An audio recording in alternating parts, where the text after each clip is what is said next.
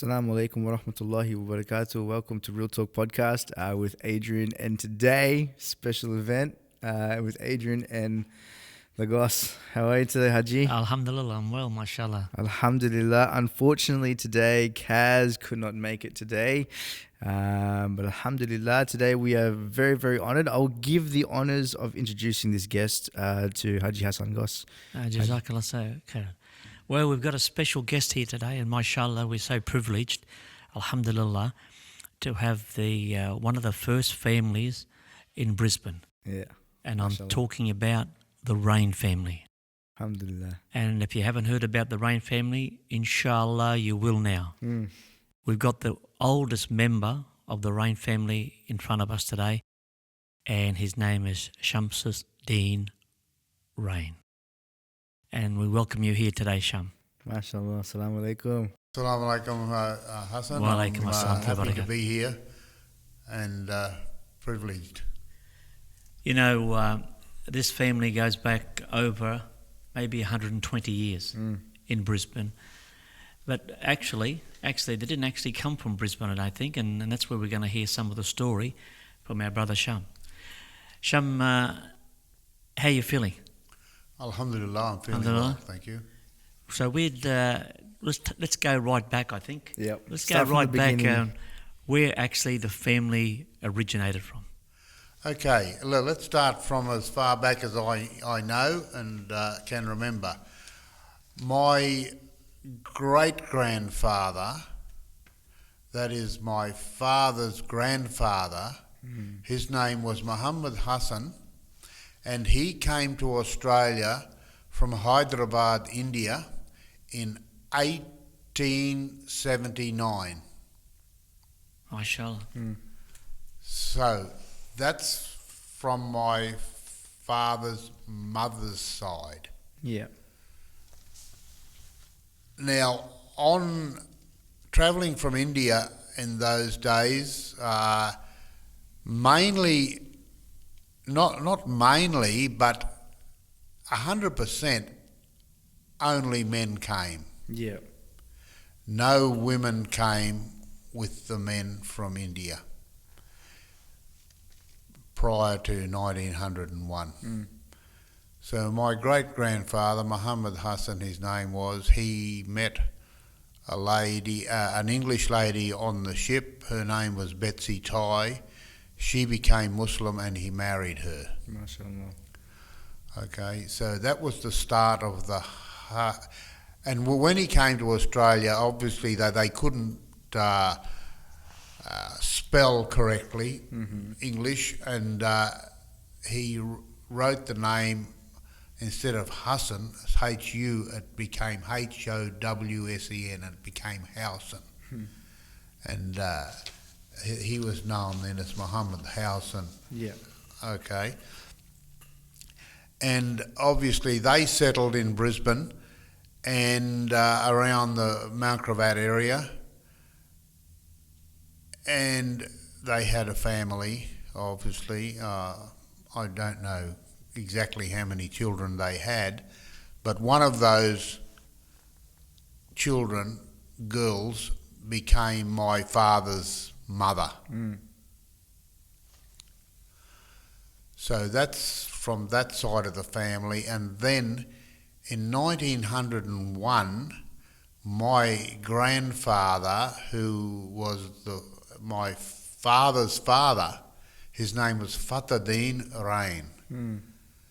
He came to Australia in 1901 on the last boat that came from India before they declared White Australia policy. After 1901, no Asians could come to this country because of the White Australia policy. They stopped all Asian migrants, Chinese, Indians. If you had a bit of colour in you, that was it. You couldn't come. So my grandfather, he came here. Now, how he came was that his brother-in-law was already here in Australia. And my grandfather was an orphan. He only had a sister. His mother and father got drowned in a boating accident in Punjab in one of those big rivers, and there was only him and his sister that survived. His sister reared him, and my grandfather was one of the few Indians that came here that had a good Islamic education. Yeah. He didn't tell his sister that he wanted to come to Australia because she would never have allowed it, because it was only her and him. So he secretly devised a plan to get out here. So he worked on the railway station in Lahore as a labourer and earned some money, enough to get his pay his passage to Australia. And he didn't even know where his brother-in-law was. All he knew, he was in Australia. He did not tell his sister, because, like I said, had he told his sister, she would have locked him up and never allowed him to come here.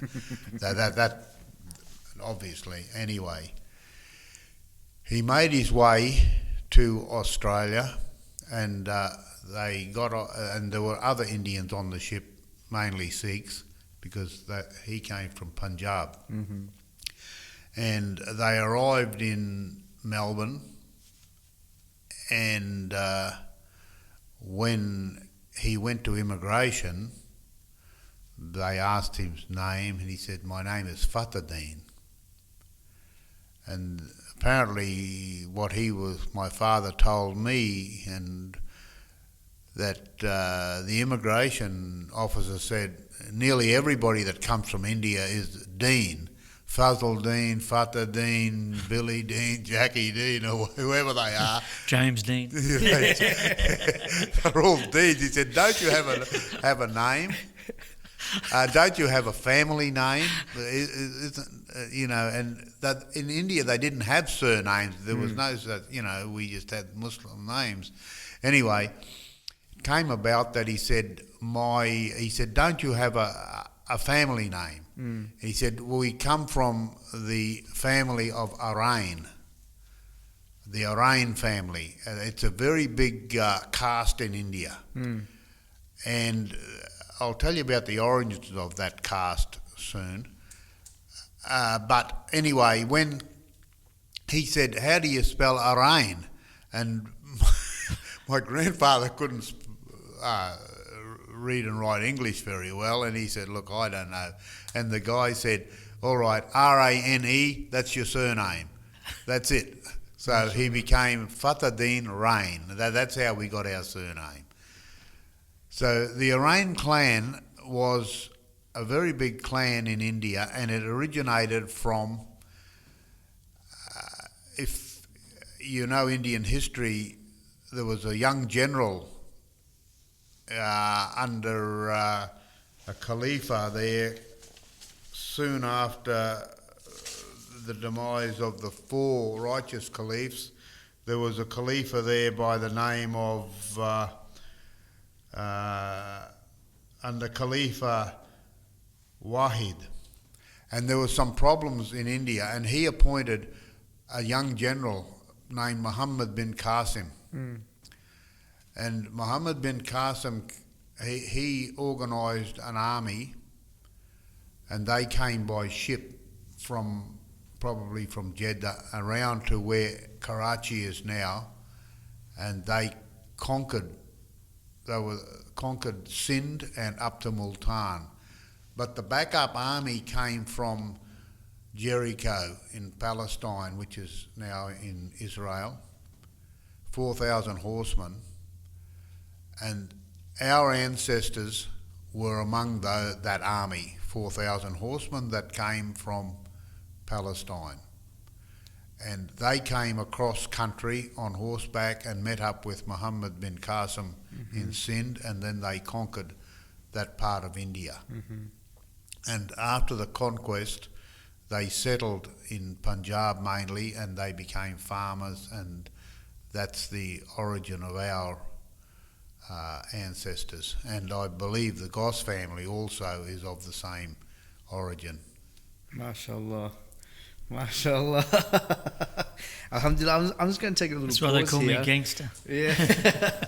I was going to take a little pause here, and for me, as an outsider and as a Muslim, you know, that hasn't been able to experience this in the past, for me, this is very, very insightful. And this takes us down the track of history of Islam in Australia. It's mashallah. Even what Brother Sham was saying, it's opened my eyes up, mashallah. And I didn't think he was going back that far, but mashallah. Okay. Let's go forward a bit, fast track forward a bit. Yeah, you make me feel young. Yeah. So go on. please. Yeah. So from that stage onwards, then. Yeah, after the arrival of my grandfather in Melbourne, then he set out to try and find his brother-in-law. And there was quite a few Indians here at the time, and they said that he's up in Queensland somewhere, and a Sikh man befriended him and said, I'll help you get up to Queensland, and you go to Nerang. And to come here to Nerang, it's on near the Gold Coast there, and there's a lot of Indian people working there in the cane fields, and you can start cutting cane there and earn some money. And at those times, I think they were getting 3 and 6pence a day. I heard from my father. That's 35 cents, and cutting cane. And then anyway, he worked there for a while, and he got some money, and he found his brother-in-law. His brother-in-law was already a hawker here. He had a license and was going in the country with a horse and cart selling drapery. So he found him. Eventually found him, and then they came back, and I think they must have settled in Brisbane. And then he met Muhammad Hussin, met him, and arranged the marriage to his daughter, who was my grandmother. Her name was Fatima Hussin, and she obviously is the mother of my father. That happened in 1915, and my father was born in December 1916. But just going back a little way there to the establishment of the mosque, the Holland Park Mosque, my great-grandfather Muhammad Hussin, he was one of the founders of that mosque, and he was the first treasurer there. The actual ground for the mosque was donated by an Afghan man by the name of Abdul Goss. They owned all the land around there, and he donated that plot of ground. And then they formed a committee, and in 1908 they built the mosque. MashaAllah.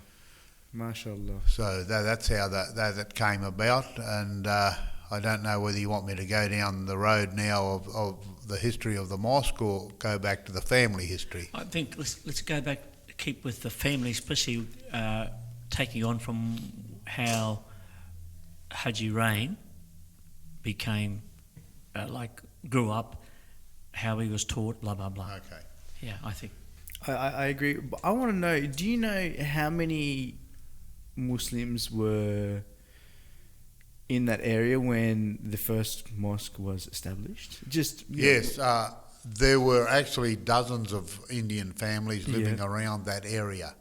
And as I said earlier, the problem was why Islam nearly died in this country from those people was that no women came with the men. So the men married non-Muslims. Some of them converted, maybe, and most of them didn't. So the children did not have any Islamic education, and there were dozens of families in that area who lost Islam. It was just lost. Had my father told me, had they saved all of those families, we would have had a huge Muslim population in Brisbane. It would not have nearly died out. So that was the tragedy of those times. That there was, and unfortunately, the men that came from India weren't very well educated in Islam either, and they did not know how to pass on that knowledge. It was generally assumed by their children that Islam was an Indian religion. It was just an Indian religion. Muslims were just, Indians were Muslims, and that we're now Australians and we don't have that religion. Yeah. That's. Can I cut in on that? Can you understand the letter? Yeah. Can you understand the letter that came from UK on the request of Hajji Rane now? Yeah. Have a look at that. MashaAllah. Have a look at that. And again, I just want to extend. I found a letter that came from a brother from UK in 1971. Yeah. My father had it. It was on the request of your father. I requested. Am I right? He's correct. And I have to give you a copy of this, but mashallah, exactly what you just said about not Islam fading away. Am I right? He's correct. Yeah. We had, look at that. He poured it out on this very podcast on a very, very first episode.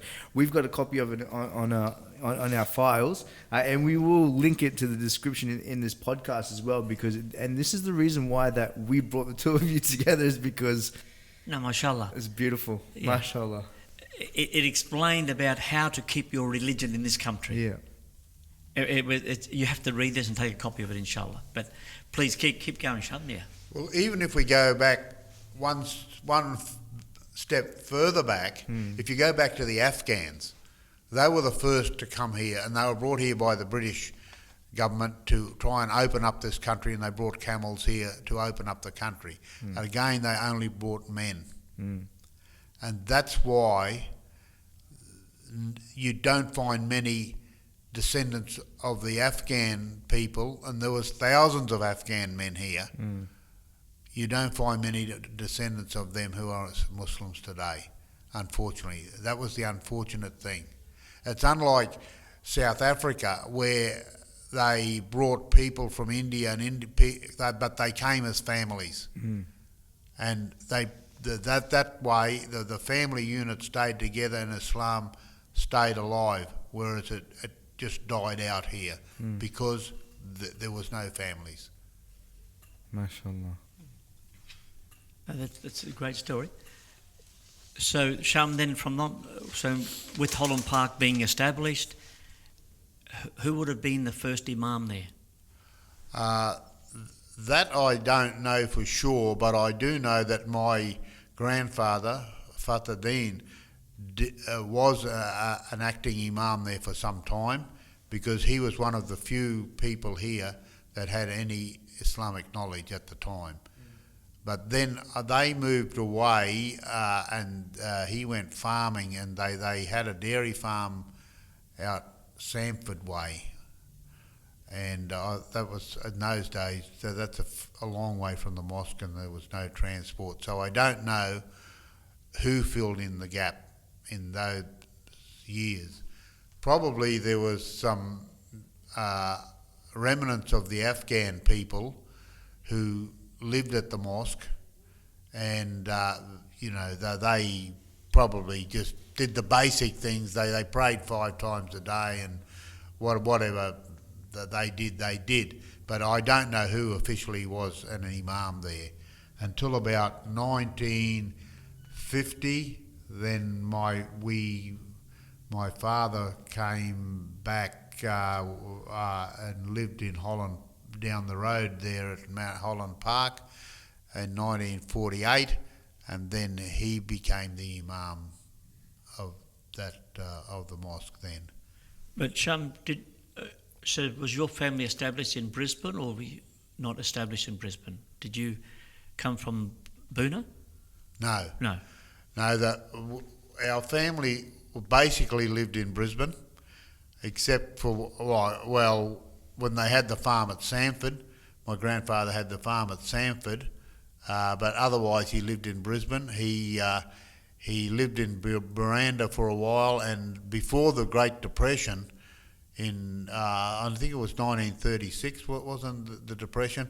My grandfather was quite a rich man. He owned many houses around Baranda and Wollongabba area, but when the Depression hit, they lost everything. People couldn't pay the rent, you couldn't pay the rates, and the council just took over everything, and people were in dire straits. So, they basically were based in Brisbane, and then my father, he, after the Depression, and moved to Holland Park, down the road from the mosque. We lived in a house on Logan Road, I can remember that. And then he built a house in Miriam Street, just around the corner behind the shops. So we were close to the mosque, and then he took up duties then as the unpaid imam of the Holland Park Mosque from about 1949 till about 1970 probably, Right. 50, And he, 80. your mum? My mum, she Where did was they an meet? Australian, Yeah. and she converted to Islam.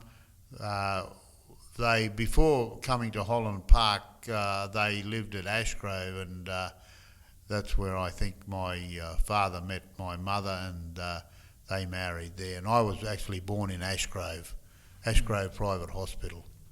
Right. And how many in the family altogether, Shum? In your immediate, your dad? We had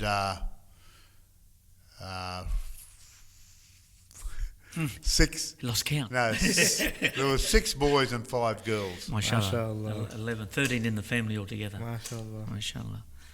MashaAllah. Now, in my family, there's 8 of us. Well, 6 kids and the mother and father. And that's heaps. I can't even imagine 13. Alhamdulillah. Yeah. MashaAllah. So, your father, Hajji Rane, self-educated? He was self-educated, basically self-educated, but he learnt a lot from his father, who was fairly well educated in India before he came here. He learnt a lot from him. And then in 1951 or 52, a man came here from what is now Bosnia. It was Yugoslavia then, and his name was Qazi Ishaq Imamovic. Now, Qazi Ishaq, he was a Qazi prior to communism getting into Yugoslavia. They had Islamic law there, and he was a graduate of Sarajevo, the Islamic University of Sarajevo, which was at that time second only to Al-Azhar. And they had Islamic law there, and it was a branch of the Ottoman Empire. But when communism came, they killed most of the intelligent ulama, but Qazi Ishaq escaped, and he came here, and my father learnt a lot from him. MashaAllah. You can say he taught him a lot because he was very well educated from an Islamic university. And he was one of the first of the, he was the first, I think, Bosnian. It wasn't Bosnia then, it was Yugoslavia who came here.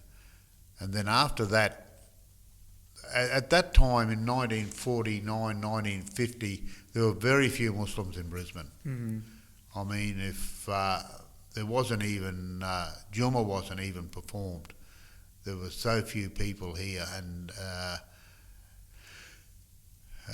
only when Qazi came, then Qazi said that you should start performing Jummah, and then they started performing Jummah, and maybe, I don't know, maybe 5 or 6 people would come, 10 people at the most. Even on Eid days in those days, if you got 50 people there, that was a big crowd. So in the 50s, you might remember when you was a kid, you used to come up from Southport, and there weren't many people here. There was only the Goss family from Southport, and then there was a couple of families from Beenleigh used to come here, Haku family and Sadju family, and there was the Dean family here, and the Rane family, our immediate family, and a few odds and ends you could say, and that was it. And if when they had the dinner there, a couple of chickens did the job, so to speak.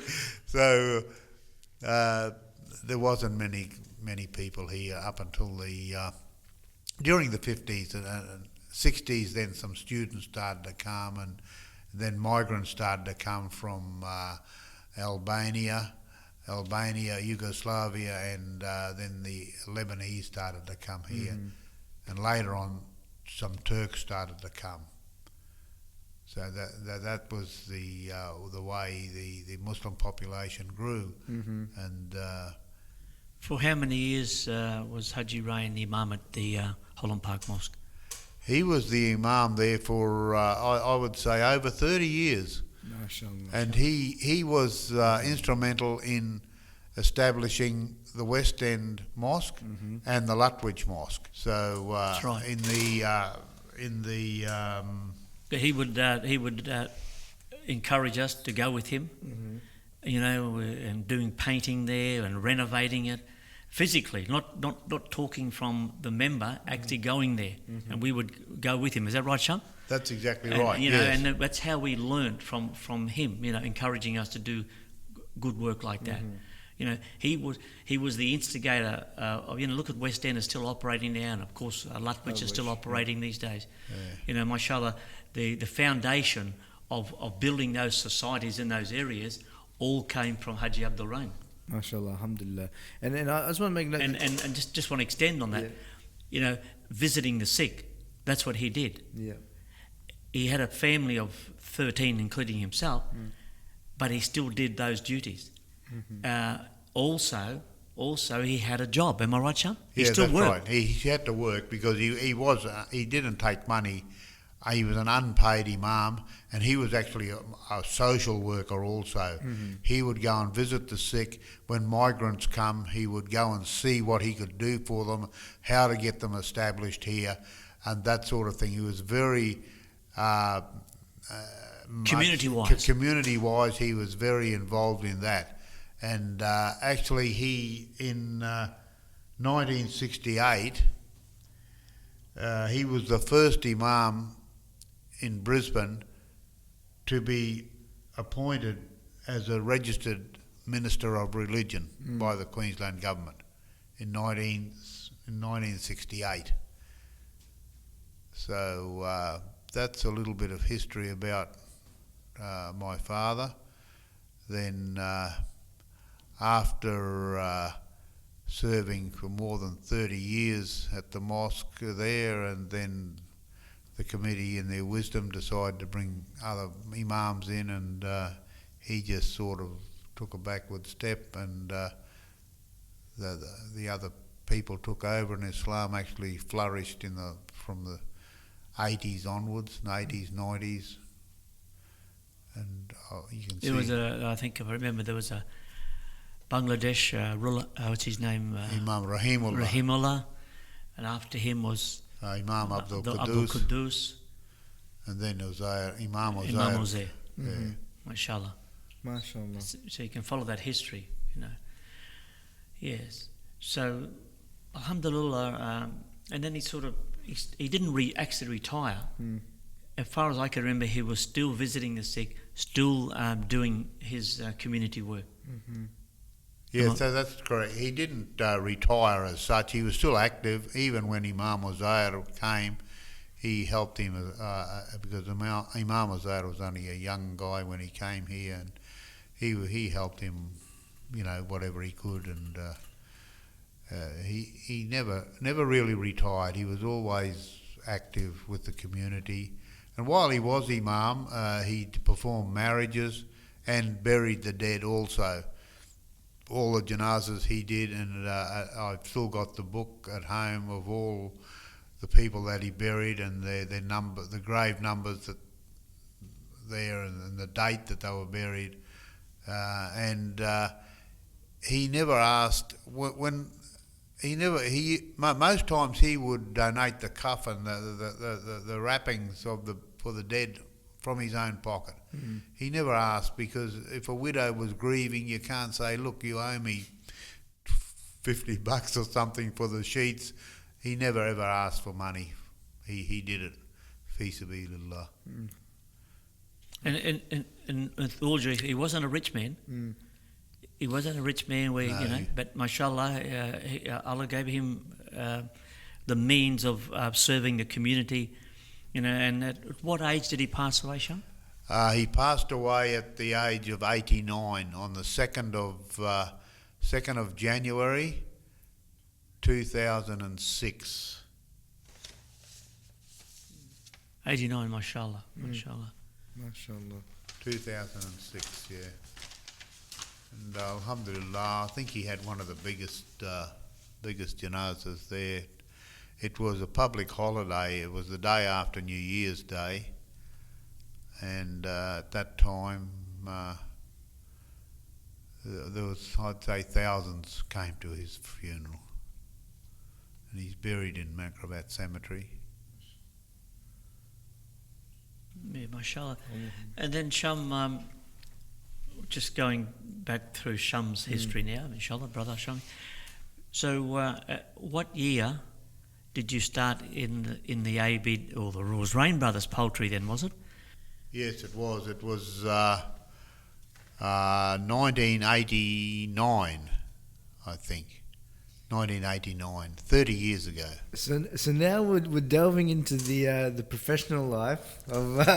Well, we're looking for a complete history, and Rane Brothers, and we're talking about the brothers now, have got a rich history here, not just in Queensland, Australia. Subhanallah, have been at the forefront of many services to the community, many. So, Alhamdulillah, Allah Subhanahu Wa Ta'ala was granted them with a business which they started virtually with out of a little corner shed. Am I right, Sham? You maybe give us a bit of a history of that. Yeah. That's correct. We just started a small poultry abattoir down at Belmont, and it was only a hand-killed small shed, and maybe we were doing, if we had a big day, we'd do 800 birds a day. So I don't really want to get into the history of that. No, but could I say that you did this as a service to the community, because in those days, halal products, meaning chicken in this case, was hard to find. Yeah, it was non-existent actually. We were the only ones doing it. So it was a service to the Muslim community, but it was a business for us. I'm not going to say that we did it free. We did it to make money, and Alhamdulillah, we did all right out of it. Then we progressed to a bigger place down at Castledine, and then we sold that, and we went to Hammett, and that's where we are now. So Alhamdulillah, Allah has been kind to us, and but getting back to my father, after he passed away, a request came from Cambodia, of all places. There was somehow we found out that there was a village there that didn't have a mosque, so we dedicated, the family got together and we planned a mosque, and it's dedicated to my father. It's in a village, it's called the Hajji Shamsuddin Rane, and it's in a village in Cambodia, and it services 300 or 400 people. MashaAllah. And we've also established a school there in his name, 4 classrooms. We support the teachers, and there's 300 or 400 children there getting Islamic education. And my brother Jamal is very active in that field. He goes there once or twice a year. He keeps in touch with our man in Cambodia who organises these projects, and he's also supporting students at university level, paying their fees, paying their accommodation, and trying to get them educated again, because I think if people knew the history of Cambodia and what happened to the Cambodia in general under Pol Pot, religion was just about wiped out. Intelligent people were wiped out, and he tried to bring that country back to the Stone Age and re-educated people from there. But Islam did survive there, and it's now growing, and even our partners from South Africa have just built another masjid there, and that opening will take place, I think, on the 18th of December. And our partners are also building a medical centre for the poor people at my father's masjid on that plot of ground, so there'll be the masjid there and a medical centre for the poor people. MashaAllah. MashaAllah. Alhamdulillah, may that be in his book, his account, inshallah. MashaAllah, Allah accept it, inshallah. I mean, so and this really amazes me. Like, so these are two Australian-born Muslims here, what you've just I'm a kangaroo. He's a koala bear. That's hilarious. But it's amazing how Islam in Australia has grown, but also the contribution that the family has made to growing Islam in a country like Cambodia. I never knew that, and for me that's really fascinating. That's really, really fascinating. Yeah, mashallah. Alhamdulillah. I don't know what to say. So Sham, let's talk about Queensland, Brisbane. I'll give you some one-liners, you can give us straight answers. How do you feel over the last 15, 20 years the community here in Brisbane's going? How do you feel? Imams, the whole, do we need to do more? Do we need to invest more, in our community? How do you feel? We have enough centres and so on and so forth. I think like you say, in the last 15 years or 10 years, the population of Muslims just has exploded due to the fact of immigration mainly. It's I would say with the numbers, with the big numbers of migrants coming here, you do get more problems. Yes. The kids, the children come here from those countries, and I think a lot of them are getting lost here. I know the imams and the societies and that are doing their best, but I don't really know how we are going to save all these children that are born in Australia, or the youth that have come from those other countries. I don't know the answer.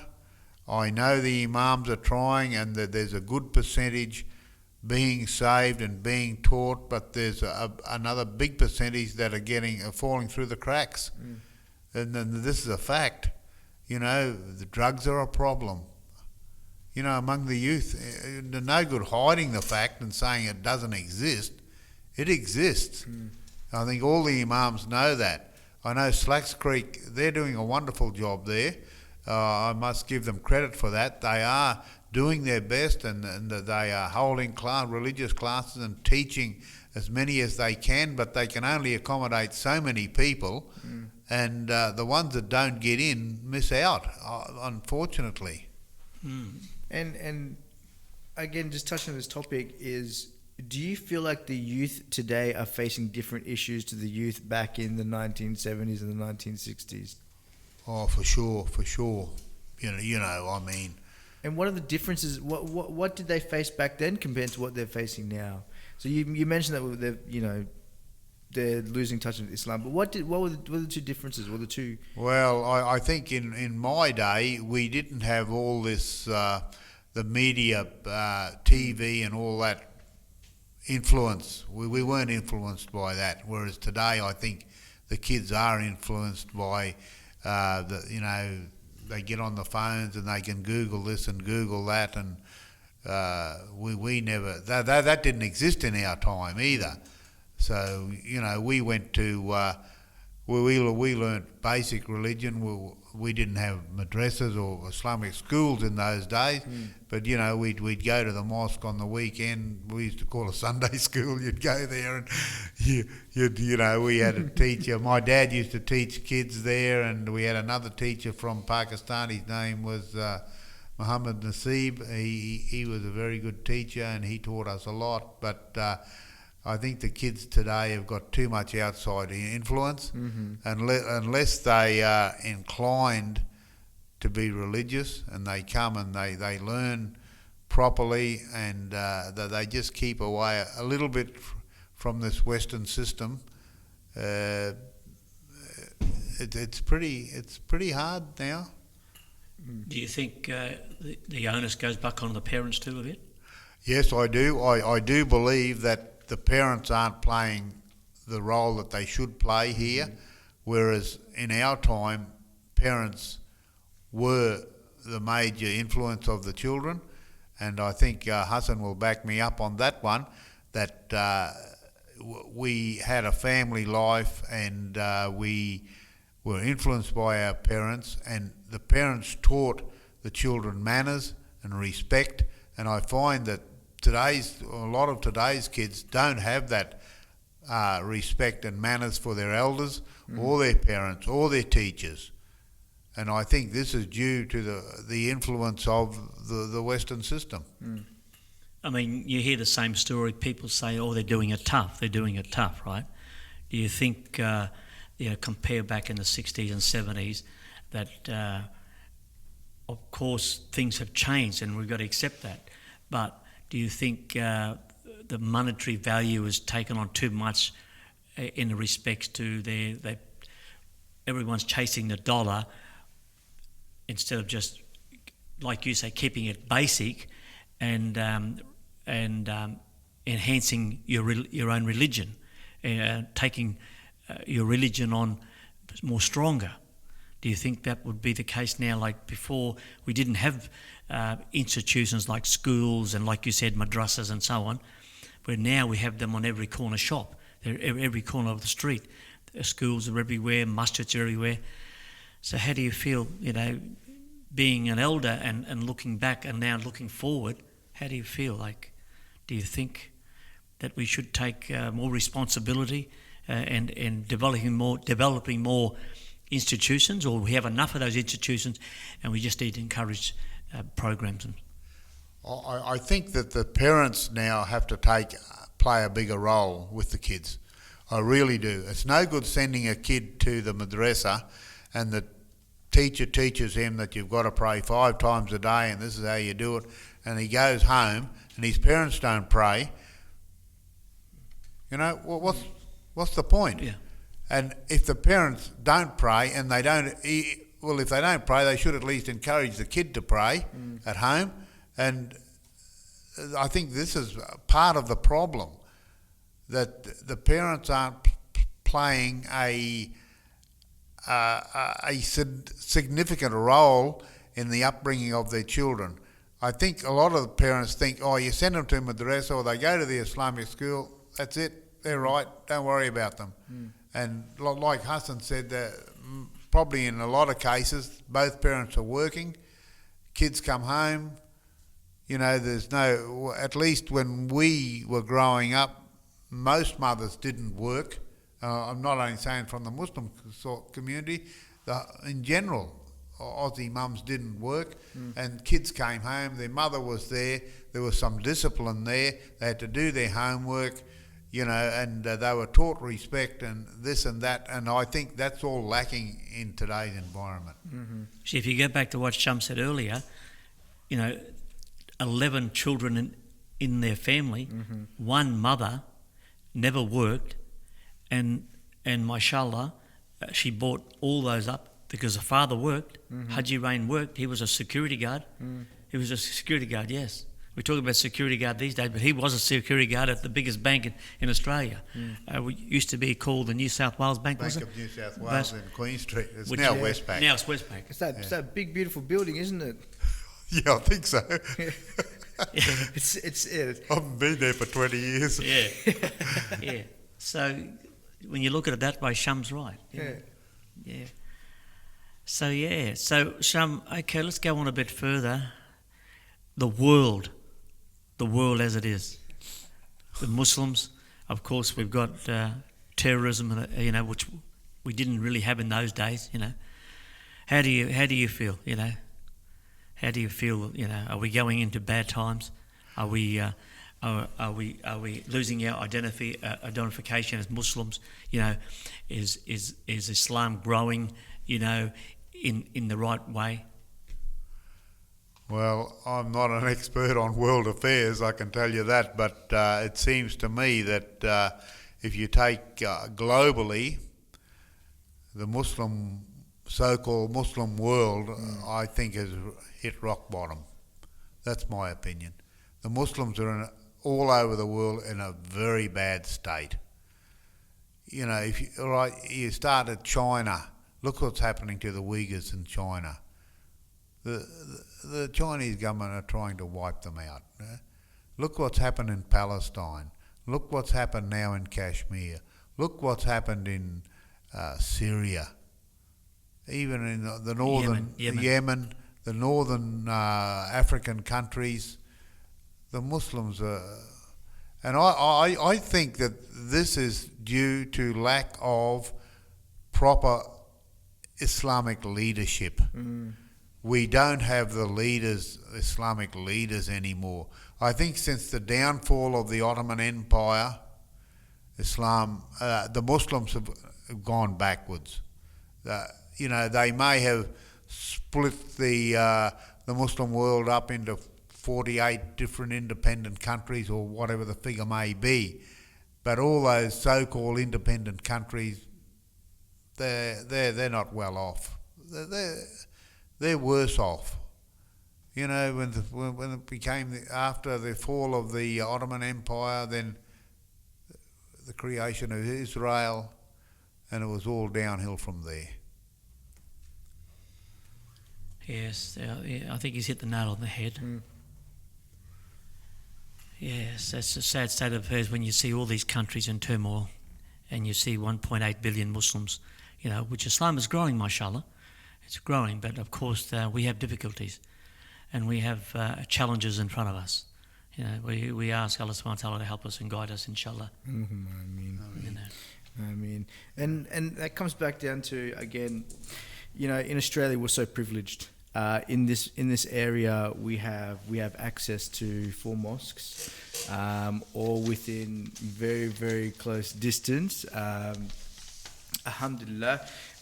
And that goes down back to your family as well for establishing Islam here in Brisbane and Queensland, and we've all got to do our part to connect. So one of our issues here at Academy Alive is the fact that we've always been determined to kind of connect to the regional areas as well. I think the next stage of growth for Islam in Australia is definitely the regional areas. Because when it comes to the youth and access to Islamic education, it's really, really hard in those regional areas. I know growing up as an Australian-born Muslim living in the country for half of my life, not having, and this doesn't go back onto my parents or anything like that. I never really learnt Islam in my younger years purely because we didn't have access to Islamic education in Mackay and Cairns. I'll go back to about the 70s when Hajji Rane was the Imam. Yep. He would take time off, and you can back me on this, Sham. He would travel the east coast of Australia, visiting communities in Mackay, Mareeba, Cairns, and even Sydney. Am I right, Sham? Yes, that's correct, Hussin. That's correct. Yeah. He did travel a lot, and he was actually instrumental in bringing the first Imam from Al-Azhar, Albanian Imam. His name was Imam Latif, I think, to Mareeba. Mareeba, yes. Yeah, in the early 50s, I think. I can remember the day he arrived here, Imam Latif. It was probably 1951 or 52, maybe. And my father was instrumental in bringing him here for the Albanian community in Mariba. And I know he spent a lot of time in Mackay. That was a very lost sort of a community there, descendants from Malay pearl divers or whatever fishermen or something like that. And he spent a lot of time with Barry Hussin there, and he taught Barry a lot, and I think they helped establish the Islamic Society in Mackay. In Cairns, there was always the Muhammad family was there, the big family, and of course they were cousins to my father. Like their mother, Auntie Sarah, was a sister to his mother. And but that was the family, Muhammad family. They sort of looked after themselves.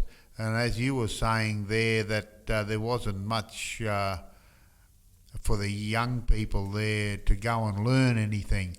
And I think that was one of the big problems here in Brisbane, going back to the 1910, 20, when those Indian families were here and they had children. There wasn't a proper institution ever made around the Holland Park Mosque where they could teach the kids. Even if the kids' mothers weren't Muslims, the kids had no access to getting an Islamic education, and that's why we lost a lot.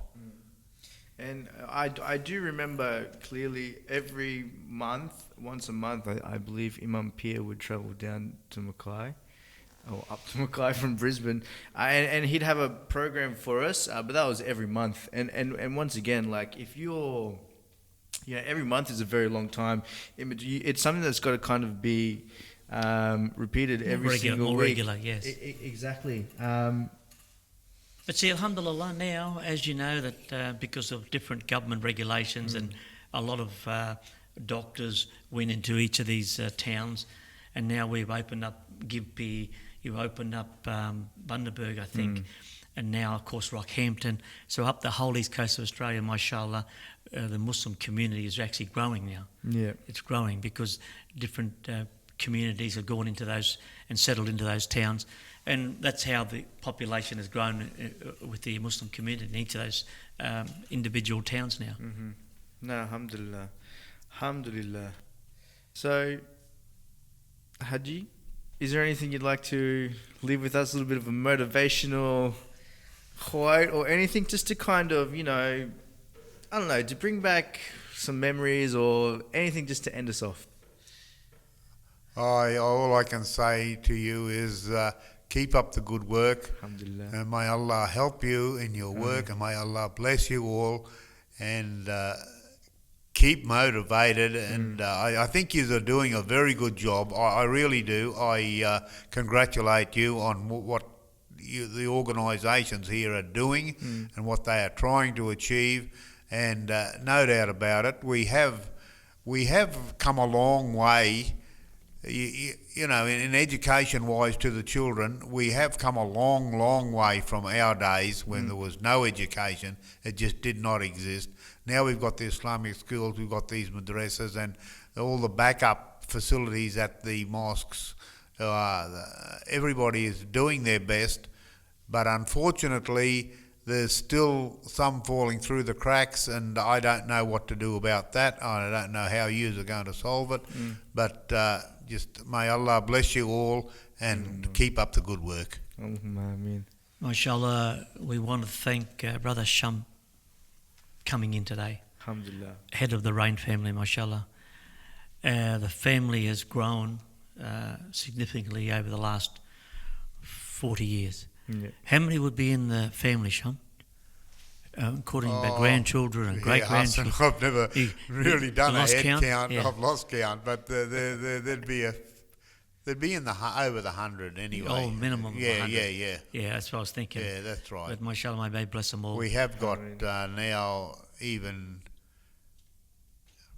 from we have got a sixth generation here now. Subhanallah.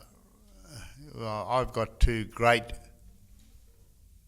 great-grandsons, so they're the sixth generation from the start of from when our great grandfather Muhammad Hussin come here in 1879. So yeah, but again, big families, you win some and you lose some. Yeah. You win a lot, but you lose. We hope we win a lot and lose a few. Yeah. If we can just keep that ratio going, and I think it goes for all families here. Nobody's going to get 100% in this country, keep 100% here in this country. If they think they are, I think they're fooling themselves. You've got to try your best and hope that Allah will bless you and help guide Ameen. Ameen. the offspring. And just do your best. But the bigger the families get, and the more generations you get here, the more chance you've got of losing somebody if you're not careful. Yeah. That's extremely important. Well, we'd like to sign off now, but from Academy Alive, from all the team here, we want to thank Brother Shami for coming in today and giving us some history of his past and his family, inshallah. May Allah bless them all. May Allah bless their effort, and may Allah bless the continued support of the wider community from their family. Jazakallah khair, Brother Shami. Assalamu alaikum wa rahmatullahi wa barakatuh. Wa alaikum assalam wa rahmatullah.